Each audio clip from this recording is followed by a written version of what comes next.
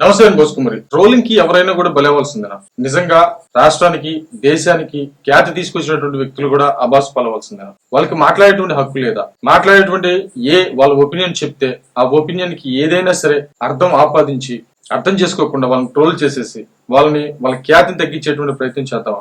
అంటే దేశానికి మేలు చేసేటువంటి వ్యక్తులు గాని పేరు తీసుకొచ్చేటువంటి వ్యక్తులు ఎవరైనా సరే ఈ ట్రోలింగ్ కి బలవలసిందేనా? అందులో ఎస్ఎస్ రాజమౌళి గారు మినహాయింపేం కాదా? ఇలాంటి విషయాలన్నీ, ఇలాంటి ఆలోచనలు, ఇలాంటి ప్రశ్నలన్నీ కూడా ఉద్భవిస్తున్నటువంటి వేళ నిజంగా ఈ వీడియో చేయాల్సినటువంటి పరిస్థితి ఏర్పడింది. నేను ఆల్రెడీ దీనికి సంబంధించి ఒకసారి వీడియో చేశాను, కానీ ఎస్ఎస్ రాజమౌళి గారికి సంబంధించి చేసినటువంటి కామెంట్స్ కానీ చాలా బాధ కలిగించాయి. అంటే ఆయన్ని మాట్లాడినటువంటి తీరు కానీ, ఆయన్ని బ్లేమ్ చేసినటువంటి తీరు కానీ చాలా బాధ కలిగించాయి.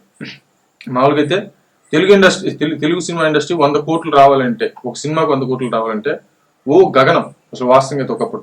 అలాంటి స్థాయి నుంచి ఒక తెలుగు సినిమాని ఇండియా మీదకి వదిలి 2000 కోట్ల పైగానే తెలుగు వాడి సినిమా ఖ్యాతి స్టామినా అని చెప్పేసి నిరూపించినటువంటి వ్యక్తి ఎస్ఎస్ రాజమౌళి గారు. ఇప్పుడు ఆయన తీసినటువంటి సినిమా, మరి ఆ సినిమా కూడా ప్రపంచ స్థాయికి, అంటే దేశాన్ని దాటి ప్రపంచ స్థాయికి వెళ్ళటం కోసం అహర్నిశలు, ప్రతి నిమిషం, ప్రతి క్షణం నిద్రలేని రాత్రులు గడుపుతూ ఆయన ఒక ఫెయిల్యూర్స్ ని తట్టుకుంటూ వాటిని ఎలాగైనా సరే అచీవ్ చేస్తూ ప్రజల ముందుకు వచ్చే సమయానికి సక్సెస్ గా నిలవటానికి ఆయన పడేటువంటి కష్టం తెలిసి కూడా, ఆయన తీసుకొస్తున్నటువంటి ఖ్యాతిని తెలిసి కూడా ఆయన మాట్లాడేటువంటి ఒక మాటకి విపరీతంగా అర్థాలు తీసి ట్రోల్ చేసేటువంటి ప్రయత్నం చేయడం కరెక్టా కాదనేటువంటి విషయాన్ని ఒకసారి ఆత్మ పరిశీలన చేసుకోండి. చాలా ఈజీ అయిపోయింది. చాలా మంది ప్రముఖులు ఉన్నారు, ముఖ్యంగా చిరంజీవి గారు, పవన్ కళ్యాణ్ గారు, ఇలాగ సాఫ్ట్ కార్నర్ అనేటువంటి వ్యక్తులు ఉంటారు. అంటే పట్టించుకోకుండా, ఎవరేమన్నా కూడా పట్టించుకోకుండా వెళ్ళేటువంటి వ్యక్తులు ఉంటారు. కానీ అలాంటి వ్యక్తులు కూడా ఎవరు వదలట్లేదు. చివరికి ఎస్ఎస్ రాజమౌళి గారిని కూడా మరి వదలనటువంటి పరిస్థితులు అయితే ఉన్నాయి. ఆయన మాట్లాడింది ఏంటి ఆ రోజు మీకు తెలుసు. మరి వారణాసి అనేటువంటి సినిమాకి సంబంధించి మరి దేవుణ్ణి అయితే నేను నమ్మను. అంటే ఆయన డెడికేషన్, ఆ కష్టం, ఆయన ఏదన్నా 100కి 100%. నేను ఒకసారి విన్నాను, ఆయన ఏదో ఒక యానిమేషన్స్ కి సంబంధించినటువంటి ఒక ఇన్స్టిట్యూట్ ఆయన ఆహ్వానించినప్పుడు, ఎప్పుడో చాలా కాలం అవుతుంది, ఆ ఇన్స్టిట్యూట్ ఓపెన్ చేసినప్పుడు వాళ్ళకు వీడియో ప్రజెంట్ చేస్తారు. ఆ వీడియో ఆయన చూశాడు. చూసిన తర్వాత మేము 99% మాత్రమే రీచ్ అవ్వగలిగాము, 100% చేయలేకపోయాము, దీన్ని ఇంకా చేస్తే బాగొస్తుందని చెప్పేసి ఆ డైరెక్టర్ ఎవరు అన్నారు. అప్పుడు రాజమౌళి గారు అది తీసుకుని, ఆ స్పీచ్ తీసుకుని, ఆయన స్పీచ్ ఇచ్చేటువంటి టైంలో 100% ఎందుకు రాదు, దేనికి రాదు, ఎందుకు ట్రై చేయకూడదు, అవును 100% వచ్చేంత వరకు మీరు ఎందుకు ప్రయత్నించలేదు, మీ ప్రయత్న లోపం కాబట్టి ఆ 10% 90% సాధించడం సక్సెస్ కాదు, ఆ 10% సాధించడమే నిజమైన సక్సెస్ అని చెప్పేసి. అంటే ప్రతి చిన్న విషయాన్ని కూడా చాలా పర్ఫెక్ట్ గా రావాలని కోరుకునేటువంటి వ్యక్తి రాజమౌళి గారు. దానికి ఆయన పడేటువంటి కష్టానికి కర్మ సిద్ధాంతాన్ని నమ్ముతాడు కాబట్టి, నాకు దైవబలం ఉంటుంది అంటే ఆయన నమ్మకపోయినా కూడా ఏదో ఒక శక్తి ఉంటుంది అని నమ్మేటువంటి వ్యక్తి కాబట్టి, ఆయనకి దేవుడు తోడు ఉంటాడని చెప్పేసి మిగతా వాళ్ళు చెప్తే ఆయన అనుకున్నది జరగకపోయేసరికి అంత కష్టపడి కూడా, అంత పర్ఫెక్షన్ గా డెడికేషన్ పెట్టి కూడా, అన్ని అవంతరాలు ఎదుర్కొని ముందుకు వచ్చిన తర్వాత కూడా,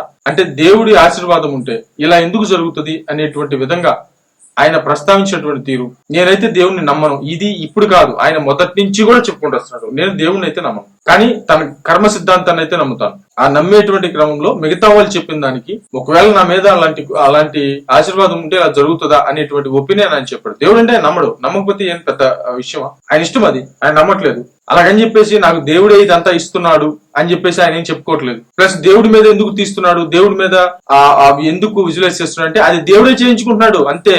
నేను ఈ వీడియోని ఆల్రెడీ చేశాను. ఎందుకంటే ఎవరైతే ముందు దేవుడిని వ్యతిరేకిస్తాడో అలాంటి వ్యక్తుల్నే దేవుడి కార్యాలకు ఉపయోగించుకుంటారు. మీరు ఏ పురాణాలను తిరగేసుకోండి. ఇప్పుడు వాల్మీకి రామాయణం ఉంది కదా, వాల్మీకి ఉన్నారు, మరి ఆయన అసలు ఏంది పచ్చి దొంగ, అసలు వాస్తవంగా దేవుని నమ్మేవాడు కాదు. ఆయన చేత ఒక పెద్ద రామాయణం రాపిచ్చేశారు. ఏది దేవుళ్ళంతా కలిసి. ఏ భక్తునైనా తీసుకోండి, మీరు చరిత్ర సృష్టించినటువంటి ఏ భక్తునైనా తీసుకోండి, వాళ్ళు ఖచ్చితంగా ముందు దేవుడిని వ్యతిరేకించే ఉంటారు. దేవుడు అలాంటి వ్యక్తులతో తన పని చేయించుకుంటాడు. ఎంత చిన్న సింపుల్ లాజిక్ వదిలేసి అది అన్నాడు ఇది అన్నాడు సినిమా ఆపేస్తాం, ఏంది ఆపేసేది? ఎవరు ఏమి సినిమాని ఆపలేరు, ఎవరు దేన్ని అడ్డుకోలేరు. ఇంకా 2 సంవత్సరాల టైం ఉంది.